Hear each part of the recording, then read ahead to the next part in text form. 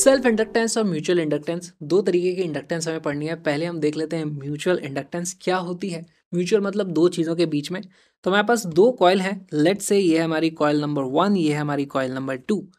अब देखो होता क्या है, अगर मैं इसमें कुछ करंट पास करूं, लेट्स से इसमें मैंने करंट डाला है, ये है I1, तो इसमें से कुछ मैग्नेटिक फील्ड लाइंस क्रिएट हो जाएंगी। यहाँ पर आप देखोगे वो फील्ड लाइंस आती हैं कुछ इस तरीके से, इस तरफ निकलेंगी, ऐसे ऐसे ऐसे ऐसे। लेकिन इसमें से कुछ फील्ड लाइंस दूसरी वाली में से भी इस तरीके से पास हो रही हैं। तो अगर मैं इस सेकंड वाली कॉइल में अगर मैं फ्लक्स की बात करूं, तो देखो इसका कुछ एरिया होगा और इसमें जितना मैग्नेटिक फील्ड जा रहा है उसके हिसाब से यहाँ पे कुछ फ्लक्स निकलेगा। और अगर मैं इसमें करंट बढ़ाता चला जाऊं, इसमें करंट बढ़ाता चला जाऊं, तो मैग्नेटिक फील्ड लाइंस बढ़ेगी, मैग्नेटिक फील्ड की इंटेंसिटी बढ़ेगी, तो इसका फ्लक्स बढ़ेगा।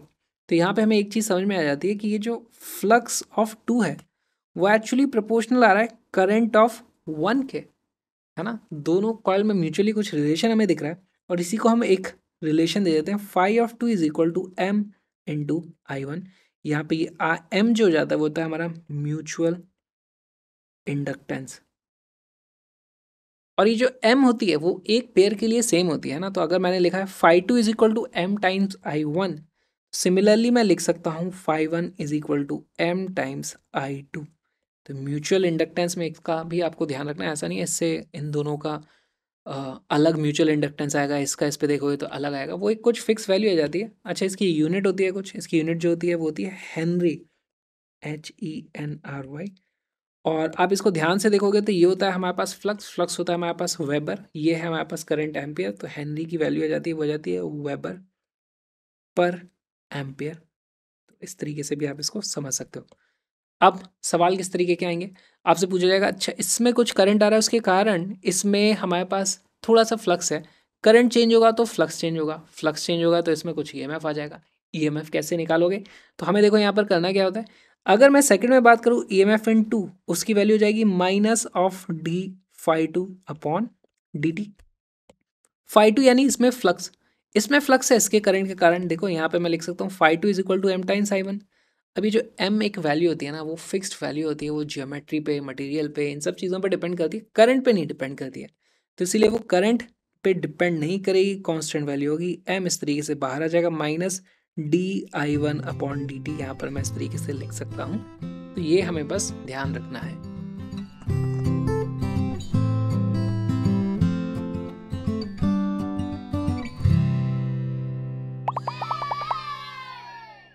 म्यूचुअल इंडक्टेंस कैलकुलेट करेंगे। हमारे पास मान लो एक बड़ा सा इस तरीके से सर्किल है और उसके अंदर छोटा सा स्क्वायर यहाँ पे रखा हुआ है सेंटर पे, हो सकता है सेंटर पे एक और सर्किल रखा हो।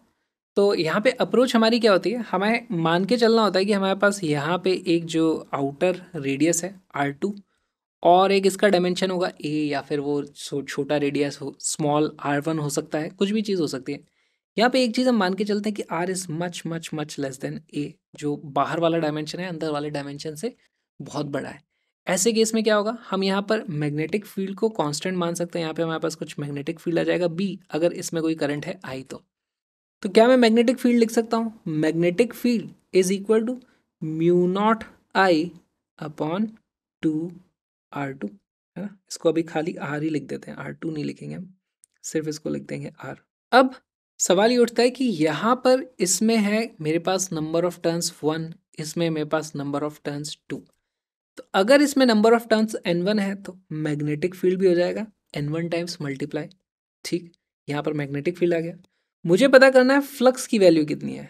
फ्लक्स की वैल्यू हो जाती है यहाँ का मैग्नेटिक फील्ड मल्टीप्लाइड बाय इसका एरिया। तो ये हो जाएगा हमारे पास B इंटू एरिया, है ना, इसका एरिया। और एक टर्न में हमारे पास इतना फ्लक्स होता है। हमारे पास यहाँ पे N2 टर्न्स हैं, तो इसको आप मल्टीप्लाई कर दो इस तरीके से N2 से, हमारे पास फ्लक्स की वैल्यू आ गई। अच्छा, यहाँ पे जो मैग्नेटिक फील्ड है यहाँ से वैल्यू ज़रा रख दोगे तो फ्लक्स की वैल्यू कितनी आ जाती है, flux is equal to mu naught I N1 A2 N2 upon 2R। और ये यहाँ पे आप देखो, ये जो I है उसको आप बाहर निकाल दो, तो यहाँ से मैं लिख सकता हूँ phi is equal to mu naught N1 N2 into area. Area इसका, ठीक है, ये जाता है area upon 2r times I, और ये जो फैक्टर होता है flux is equal to M I लिखते हैं ना, तो यही हो जाता है हमारे पास म्यूचुअल इंडक्टेंस। एम का फॉर्मूला आ जाता है mu naught N1 N2 area upon 2r। और अब ये फॉर्मूला बहुत इंपॉर्टेंट है, इस पे बेस बहुत सारे क्वेश्चन बन सकते हैं। क्यों? देखो ये N1 पे भी डिपेंड कर रही है, N2 पे भी डिपेंड कर रही है, इसके एरिया पे डिपेंड करती है और बाहर वाले के रेडियस पे डिपेंड करती है। तो देखो ये जो एरिया है इसको आप लिखोगे तो क्या लिख सकते हो, एरिया को आप लिख सकते हो या तो पाई आर स्क्वायर लिख दोगे, अगर अंदर वाले का स्मॉल आर है तो इसको लिख दोगे आप पाई आर स्क्वायर, या फिर आप इसको लिख दोगे सिर्फ ए स्क्वायर, हमारे पर्टिकुलर केस में उसकी वैल्यू ए स्क्वायर आ रही है। तो यहाँ पर एक के डायमेंशन के स्क्वायर के प्रोपोर्शनल है, दूसरे के डायमेंशन के स्क्वायर नहीं है, वो लीनियर भी नहीं है, 1/r टाइप का आ रहा है, साथ में N1 N2 का प्रोडक्ट आ रहा है। तो इस तरीके से हमें यहाँ पे चीज़ें देखनी पड़ेगी, और म्यू नॉट भी आ रहा है, अगर इसके बीच में मान लो मैं यहाँ पे कुछ कोर रख दूँ, मटेरियल रख दूँ, तो यहाँ पे म्यू आर मल्टीप्लाई हो जाएगा।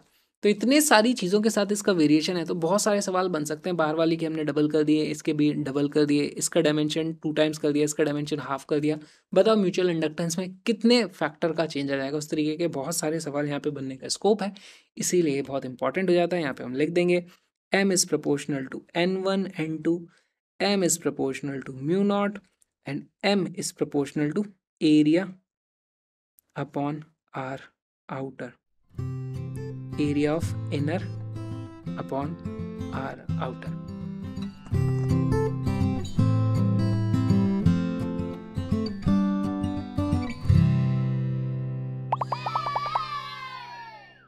A small square loop of side A and one turn is placed inside a large square loop of side B and one turn.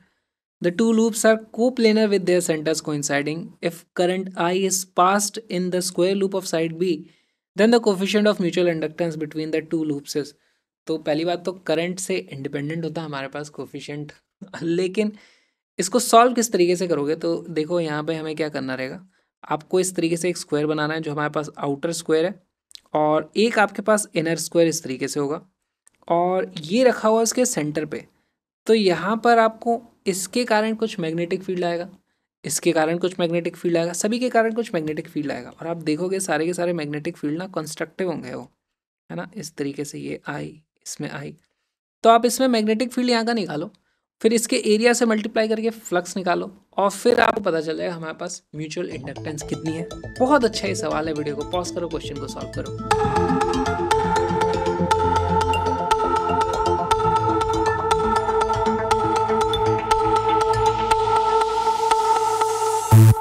इसका करेक्ट आंसर है ए। कैसे आता है, तो सबसे पहले तो हमें बी एट सेंटर पता करना पड़ेगा। बी एट सेंटर की वैल्यू कितनी हो जाएगी, तो देखो भले ही ये वाला इसके कंपैरिजन में कितना भी बड़ा हो, आप इसको इनफाइनाइटली लॉन्ग वायर लेकर के सॉल्व नहीं कर सकते। क्यों नहीं कर सकते, क्योंकि यहाँ पे कितना भी इनका रेशियो हो जाए, हमारे पास ये जो एक एंगल है ना, ये फिक्स है कि ये एंगल तो ऐसे ही रहने वाला है, दोनों स्क्वायर हैं, ये 45 डिग्री रहेगा, ये 45 डिग्री रहेगा।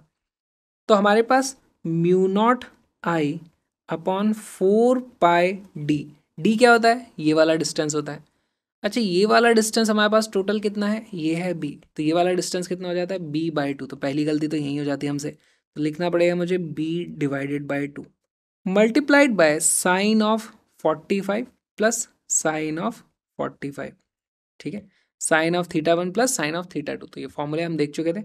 ये तो है हमारे पास एक वायर के कारण, अभी भी पूरा नहीं हुआ, हमारे पास यहाँ पर ऐसे 4 वायर हैं, तो और इसको आपको 4 से मल्टीप्लाई करना पड़ेगा। अब जा कर के हमने करेक्टली यहाँ का मैग्नेटिक फील्ड लिखा है, अभी भी नहीं लिखा। अगर इसमें नंबर ऑफ टर्न्स होते n, तो उससे भी और आपको मल्टीप्लाई करना पड़ता है, इसीलिए इस सवाल में बहुत ज़्यादा स्कोप आ जाता है गड़बड़ होने का। ठीक है, अभी हमारे पास एक एक टर्न है, तो यहाँ पे हमारे पास वैल्यू आ जाती है। इसमें देखोगे आप, आपको 4 से 4 यहाँ पर कट जाएगा, और हमारे पास हो जाता है ये 1/√2 प्लस 1/√2, ये हो जाएगा 2/√2, यानी कि सिर्फ √2 बचेगा। यहाँ डिनोमिनेटर्स में से ऊपर ये 2 चला जाएगा, तो हमारे पास बी सेंटर की वैल्यू आ जाती है mu not upon pi B 2√2 times I. ठीक, हमें फ्लक्स पता करना है, फ्लक्स की जो वैल्यू होती है वो हो जाती है बी इंटू एरिया। ठीक है, मैग्नेटिक फील्ड हमारे पास आ चुका है, एरिया इसका देखो यहाँ पर इसका एरिया हो जाएगा सीधे सीधे ए स्क्वायर, तो इसकी वैल्यू हो जाएगी B into area equal to mu naught. अब देखो मेरे को सारे ऑप्शन में म्यू नॉट अपॉन 4π दिख रहा है, तो म्यू नॉट अपॉन 4π यहाँ कर देता हूँ, और यहाँ पर भी फिर मुझे 4 से मल्टीप्लाई करना पड़ेगा, तो आ जाता है 8√2 into i divided by b into a square times i. ये आ गया हमारे पास टोटल फ्लक्स इस छोटू से एरिया में। और अब ये फ्लक्स आ चुका है, हमारे पास जो म्यूचुअल इंडक्टेंस होती है वो क्या आती है, फाई डिवाइडेड बाय एम, या फिर आप देख सकते हो ये जो फैक्टर है यही हमारे पास म्यूचुअल इंडक्टेंस होती है, which is equal to mu not upon 4 pi multiplied by 8√2 upon a square upon b. इस तरीके से दिस इज और mutual inductance which is option a. ये जो छोटा सा वीडियो आपने देखा वो एक छोटा सा पार्ट था एक छोटे से क्रैश कोर्स का, जहाँ पे 40 दिन में हमने पूरी की पूरी फिजिक्स कंप्लीटली कवर कर ली है। सारे के सारे कॉन्सेप्ट्स, बहुत सारे इंपॉर्टेंट क्वेश्चंस और बहुत सारे previous years question for JEE Main and JEE Advance. 40 video Main के, 40 वीडियो एडवांस के, और उनको क्लब करते हैं तो बनता है हमारा क्रैश कोर्स जेई मंथ।